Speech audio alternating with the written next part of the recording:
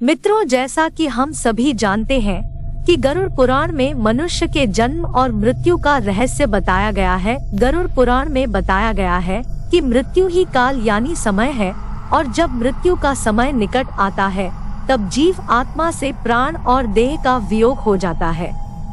हर एक मनुष्य के जन्म और मृत्यु का समय निश्चित होता है, जिसे पूरा करने के बाद ही मनुष्य को मोक्ष की प्राप्ति होती है। परंतु यहाँ यह सवाल उठता है कि अगर किसी मनुष्य की अकाल मृत्यु हो जाती है तब उस जीव आत्मा का क्या होता है, और अकाल मृत्यु किसे कहा जाता है। आज हम लोग इसके बारे में जानेंगे, जिसका वर्णन गरुड़ पुराण में किया गया है।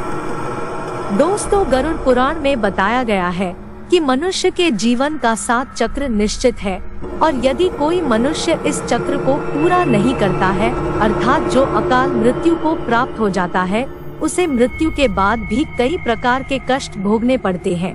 परंतु सबसे पहले यह जानना आवश्यक है कि अकाल मृत्यु क्या होती है, अर्थात किस तरह की मृत्यु को गरुड़ पुराण में अकाल मृत्यु की श्रेणी में रखा गया है। गरुड़ पुराण के सिंहावलोकन अध्याय में बताया गया है कि यदि कोई प्राणी भूख से पीड़ित होकर मर जाता है, या हिंसक प्राणी द्वारा मारा जाता है, या फिर गले में फांसी का फंदा लगाने से जिसकी मृत्यु हो जाती है, अथवा विष, अग्नि आदि से मृत्यु को प्राप्त हो जाता है, या जिसकी मृत्यु जल में डूबने से हो जाती है, या जो सर्प के काटने से मर जाता है, या फिर किसी दुर्घटना का शिकार हो जाता है, या फिर आत्महत्या करता है, वह व्यक्ति अकाल मृत्यु को प्राप्त हो जाता है। लेकिन दोस्तों, गरुड़ पुराण में आत्महत्या को सबसे निंदनीय और घृणित अकाल मृत्यु बताया गया है। इतना ही नहीं, भगवान विष्णु ने आत्महत्या को परमात्मा का अपमान करने के बराबर बताया गया है। साथ ही गरुड़ पुराण में भगवान विष्णु ने बताया गया है कि जिस प्राणी की मृत्यु प्राकृतिक रूप से होती है, वह मनुष्य 3, 10, 13 अथवा 40 दिन के अंदर दूसरा शरीर धारण कर लेता है। किंतु जो व्यक्ति आत्महत्या जैसी घृणित अपराध करता है, उस प्राणी की आत्मा पृथ्वी लोक पर तब तक भटकते रहता है जब तक उसका समय काल परमात्मा द्वारा तय किया निश्चित समय पूर्ण न हो।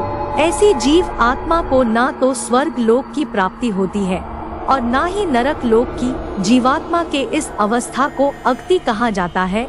इसलिए गरुड़ पुराण में बताया गया है कि आत्महत्या करने वाले आत्मा अकाल मृत्यु को प्राप्त होने वाले सभी आत्माओं में से सबसे कष्टदायक अवस्था में पहुंच जाते हैं।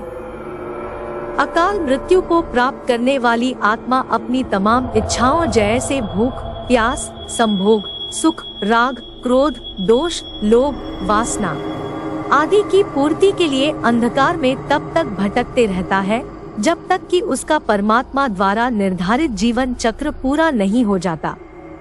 अब यहाँ यह सवाल उठता है कि किसी भी प्राणी के अकाल मृत्यु क्यों होती है, तो मैं आपको यह भी बता दूं कि इस सवाल का भी वर्णन गरुड़ पुराण में किया गया है। प्राचीन काल से ही वेद का ये कथन है कि मनुष्य 100 वर्षों तक जीवित रह सकता है, किंतु जो व्यक्ति निंदित कर्म करता है वे शीघ्र ही विनष्ट हो जाता है।